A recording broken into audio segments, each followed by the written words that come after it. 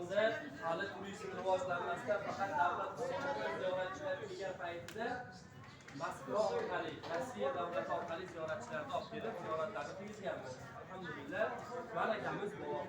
Inshaalloh sizlardan talab qilinadigan narsa birdamlikda, ittifoq bilan birgalikda ibodat qiladigan bo'lsak, hamma ziyoratlarni qilamiz.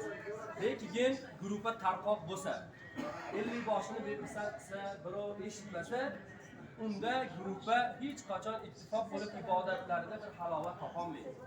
Biz kim? Mavarovun Nahrdan kelgan ziyoratchilarmiz. Imom Buxoriy, Imom At-Tirmiziydan kelgan ziyoratchilarmiz. Biz kimligimizni unutib qo'yishligimiz kerak emas. Bizni ko'rganda qo'lini siltab, "Ha, bu Imom Buxoriy" demasin. Ko'rib bizdan hayratlansin. Mashalloh, bularning odobini, axloqini qaranglar deb xursand bo'lsin. Katta hajda o'tgan yili 2024-yili bir chekara joyda mehmonxonaga joylashib qoldik. Bir arab ma'ruza qilyapti.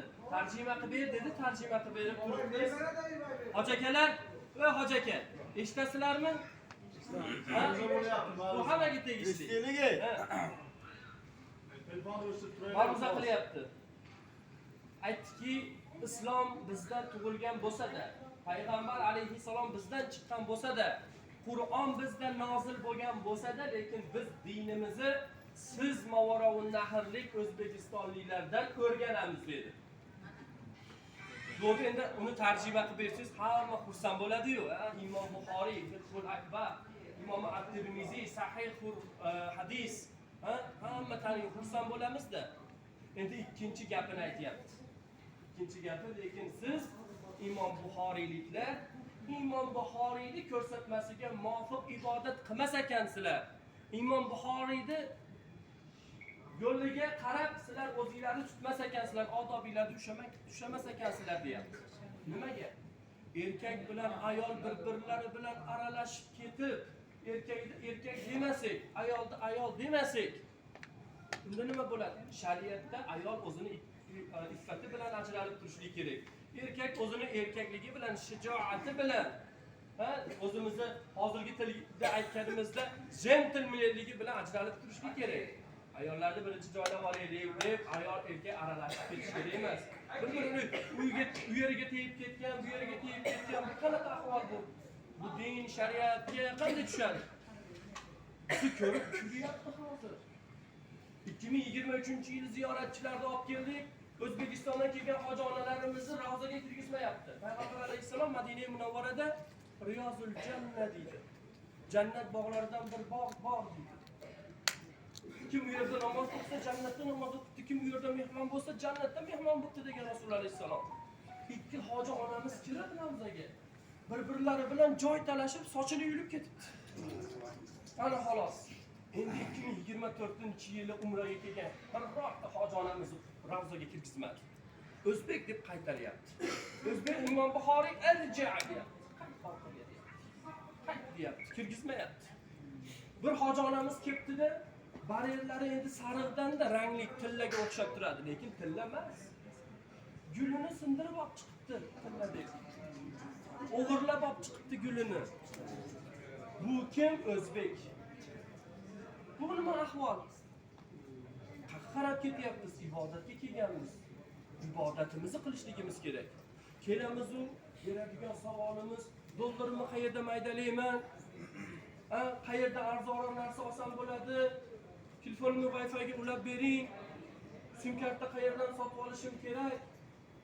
Qarang, Alloh taolo kimgadir 60 yil, kimgadir 70 yil, kimgadir 20-30 yil umr beradi. Bugun Alloh taolo sizlarga 14 kunlik muddatni men uchun ajratarmikin deb Alloh taolo sizga bu fursatni berib turibdi. Shu kunda ham Allohga biz vaqtimizni ajrata olmasak, kimmiz? Bugun telefonimizni yig'ishtirib qo'yolmasak, kimmiz? Bugun dunyoda yig'ishtirib qo'yolmasak, Alloh uchun 14 kun uchun kimmiz biz? Qanday bandalikda Alloh taologa da'vo qilaylik. Alloh taolo bugun sizga shu ne'matni berib turibdi. Alloh taolo ikki haramini eshigini ochib turibdi. Bandalarim gunohlaridan forig' bo'lib jannatiga dohil bo'lsin deb bizga 14 kunlik fursatni berib turibdi. Qiyomatda hali Alloh taolodan so'rarmiz, agar bu kunni behudaga o'tkazib yuborsak, dunyo bilan o'tkazib yuborsak, Ertaga Alloh taolo so'roq savolda, "Ey bandam, senga shu muddatni berdim, gunohlardan forig' bo'lsin" desayu, lekin biz tijorat bilan ovora bo'lsak-chi, ko'ngilni xijil qiladigan holatlar keladiyu, keladigan kunidan ketadigan kuniga tayyorgarlik ko'rishlik bilan ovora bo'lib qolyapti. Chamadon to'ldirishlik bilan ovora bo'lib qolyapti. Astagfirullah, bozorga kirsangiz arablar o'zbek tilida gapiradigan bo'lib ketdi. O'risni puli o'tmaydi. Boshqa davlat puli o'tmaydi, lekin o'zbekni pul ishlaydigan bo'lib qoldi bu yerda. O'zbekni so'm ishlaydigan bo'lib qoldi. Nimaga? Bozorni biz to'ldiryapmiz-da. Faqat o'zbeklar yuribdi-da bozorda. Bozor uchun keldingmi bu yerga? Va yana nima?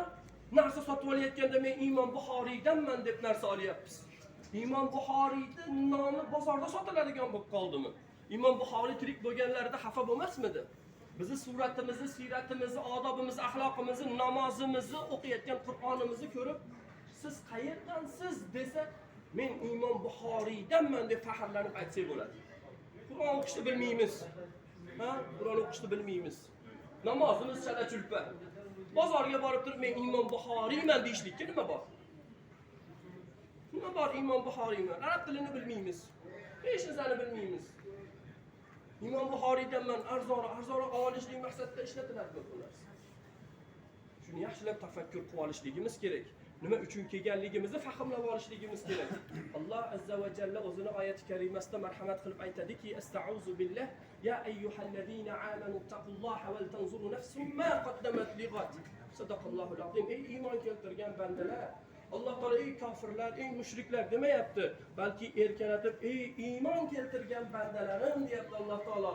Ertangi kunga nima hozirlab qo'yganinglarga bir qarab qo'yinglar, nazar solinglar derkan Alloh taolo. Ertangi kun deb qiyomat kunini bizga eslatayotgan.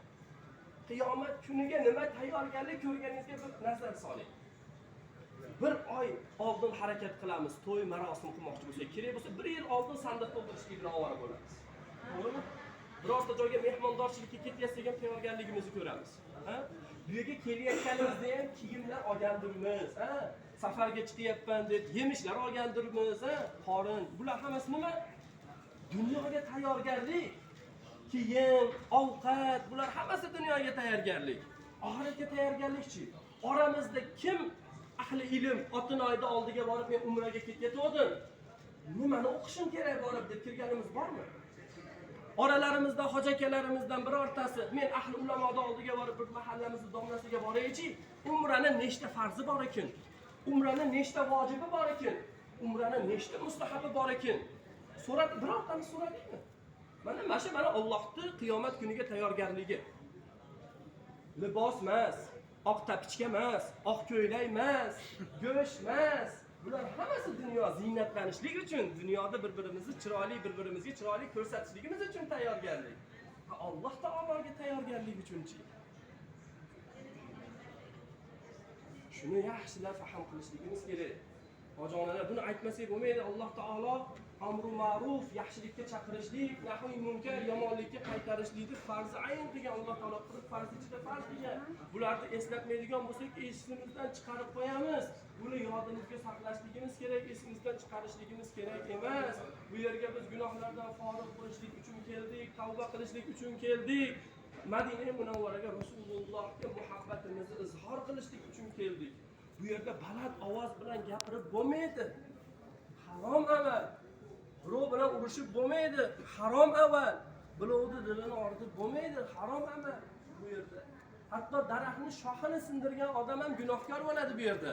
Borib turib bir rayhonni hidi yoqsa, shuni sindirib olsangiz, ana shu rayhonga dil ozor berib qo'ygan bo'lasiz. Rayhonga ozor berib qo'ygan bo'lasiz bu yerda. Hatto Rasululloh alayhisalom bir shoxni sindirgan kishiga harom dedi. Nega kelganimizni bilaylik. Hech bir narsa mashaqqatsiz bo'lmaydi. Rohatga, villalarga, Dubayga dam olgani kelganimiz yo'q. Ibodatga, mashaqqatga keldik. Hoji-akalar, hoji-onalar, mashaqqatga keldik. Mashaqqat chekmasak, savobimiz bo'lmaydi.